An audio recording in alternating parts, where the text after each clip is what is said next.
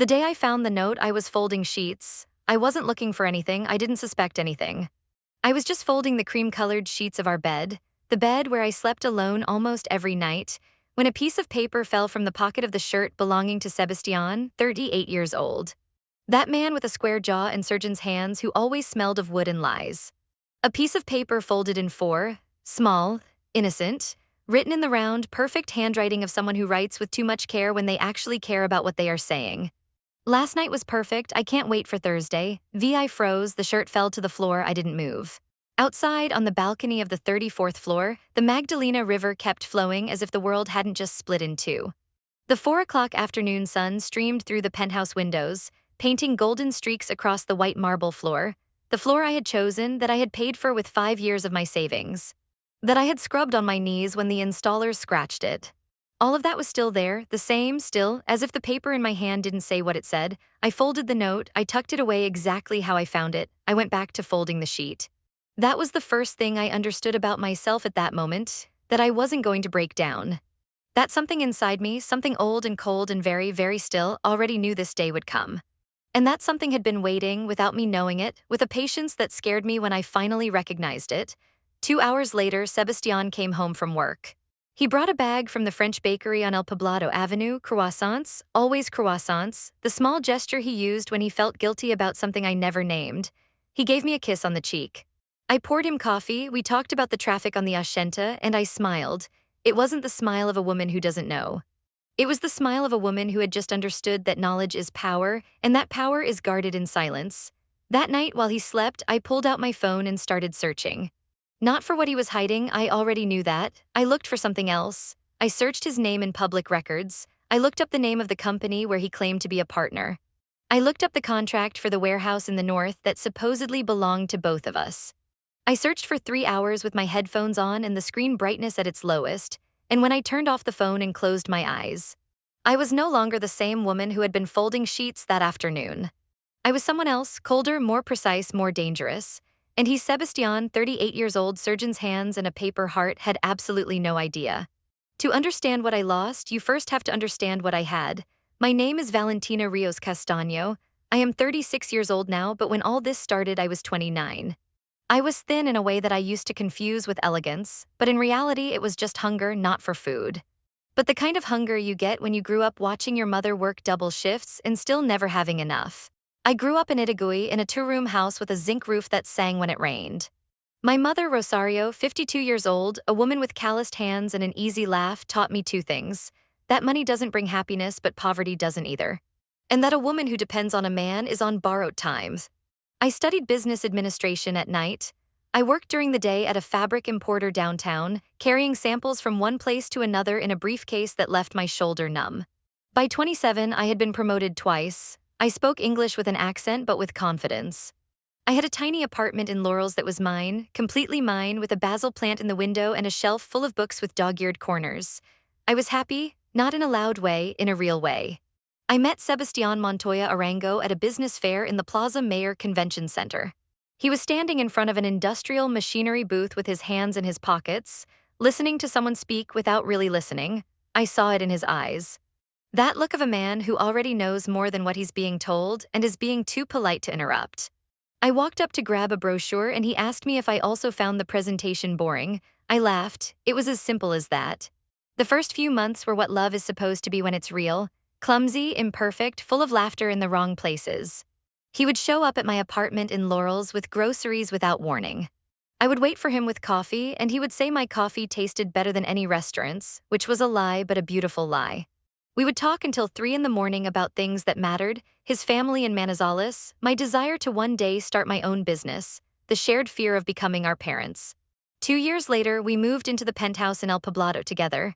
It was his apartment, bought before he met me, but he said it's ours with so much conviction that I believed him.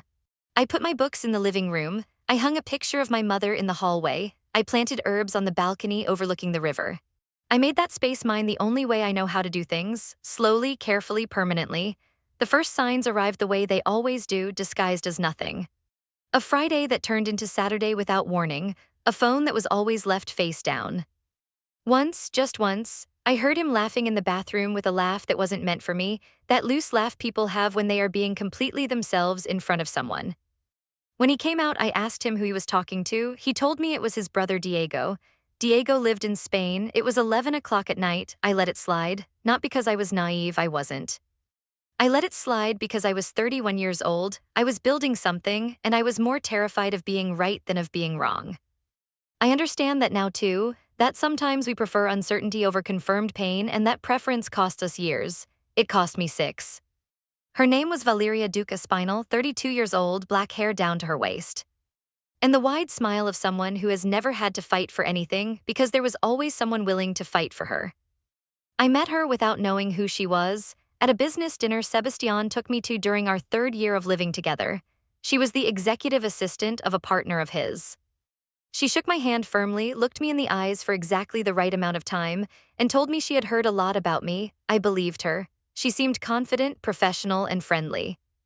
That night in the car on the way back, Sebastian told me Valeria was very smart. He said it in the tone men use when they are saying something else. I looked at him. He changed the subject. What came next I pieced together years later, fragment by fragment, like building a case, because that is exactly what it became, a case. Sebastian and Valeria had been together for 9 months when I met her at that dinner. She knew who I was. He had told her that our relationship was complicated, the favorite euphemism of cowardly men to say they are lying to 2 women at the same time. I paid half of the penthouse expenses. I had invested 120 million pesos of my savings into the warehouse in the north that was in both of our names. The warehouse he presented to his partners as the primary asset of the company. I managed the accounts of that company from home for free because he said he trusted only me with that. Meanwhile, he was paying for her apartment in El Estadio, with company money, with my money. The 4th year was the darkest. Sebastian started coming home late more frequently. When he was home, he was absent, staring at his phone, responding in monosyllables, sleeping with his back to me. One Saturday in March, he told me he had to travel to Bogota for work. I asked him when he was coming back. Monday night, he said without looking at me. Do you want me to drive you to the airport? I asked. No, I already called a cab. He had never called a cab in 4 years of our relationship. I always drove him. That Monday, I looked up his flight itinerary in the shared inbox we used for company matters. There was no flight to Bogota. There was a hotel reservation in Cartagena for 2 people. I printed that page. I tucked it into a blue folder I bought that afternoon, along with the first note I had found months earlier. I started calling that folder in my head the file. The 5th year was the year that almost broke me, not him, but the accumulation of it all. I kept working now at a consulting firm in addition to his company. I would get home at 9 at night, cook, clean, and sleep alone. I gained weight and then lost it. I stopped talking to my friends because I didn't know what to tell them without lying or telling everything, and I wasn't ready for either. My mother would call me on Sundays and ask if I was okay, and I would tell her I was. One night in the bathroom, I stared into the mirror for 5 minutes straight. I didn't recognize myself. Not because of the exhaustion, though I was exhausted, but because the woman in the mirror had an expression I had never seen in anyone I admired, resigned, small.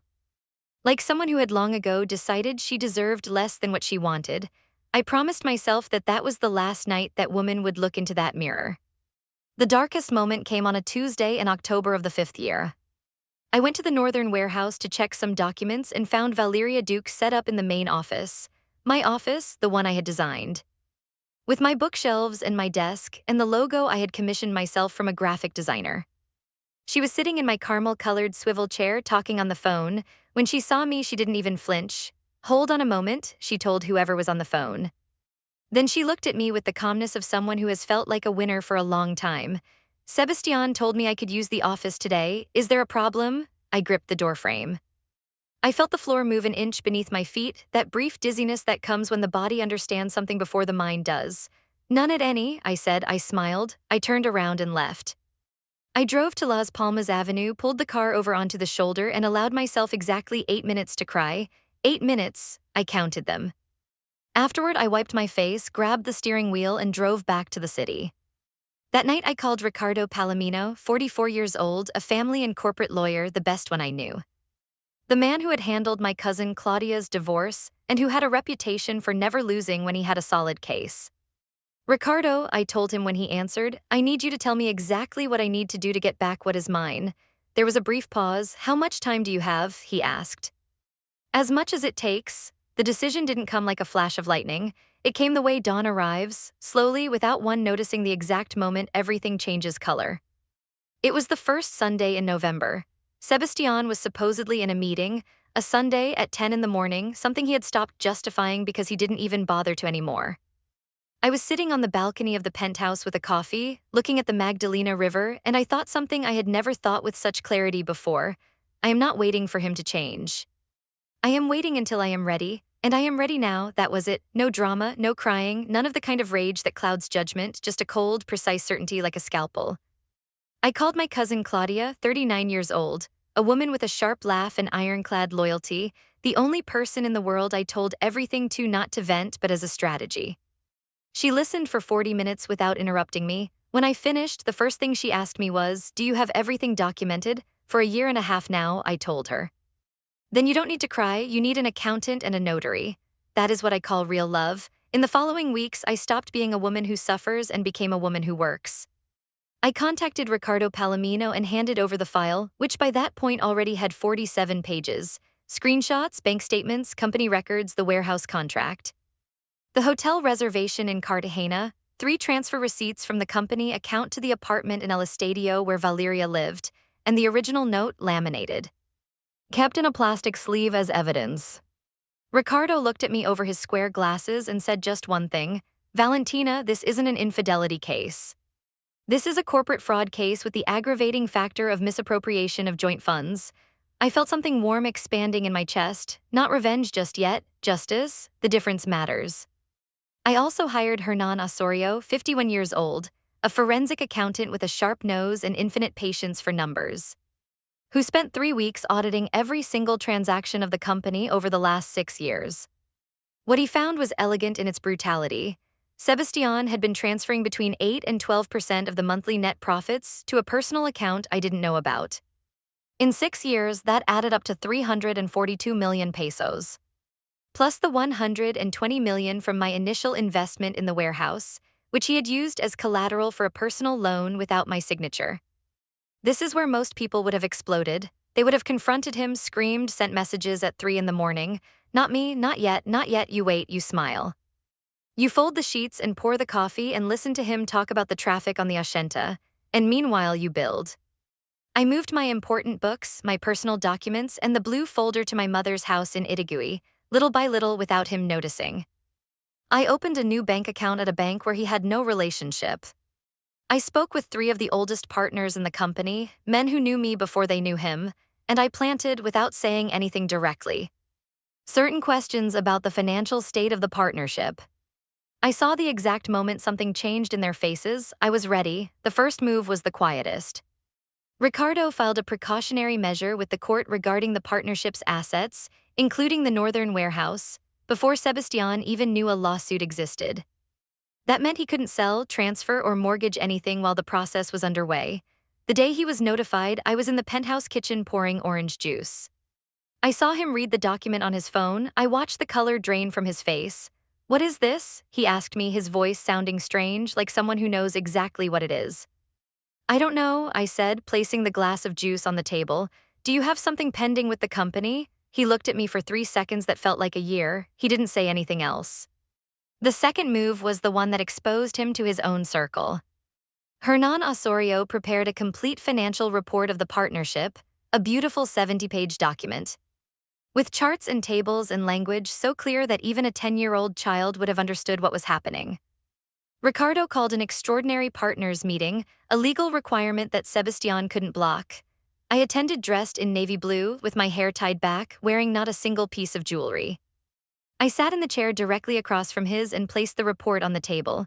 I saw the face of Guillermo Perea, 55 years old, the oldest partner. When he reached page 34, I saw his jaw clench. I saw the other 2 look at each other. Sebastian tried to speak 3 times. All 3 times, Ricardo interrupted him with a single phrase: "The numbers speak for themselves." At the end of the meeting, Guillermo Perea stood up, looked at me, and said out loud what I had been waiting 6 years for someone to say: "Valentina, I'm sorry. We didn't know." "I know," I told him. "That's why I'm here." Sebastian asked to speak with me in private afterward. I followed him into the hallway. He told me we could settle this between the two of us.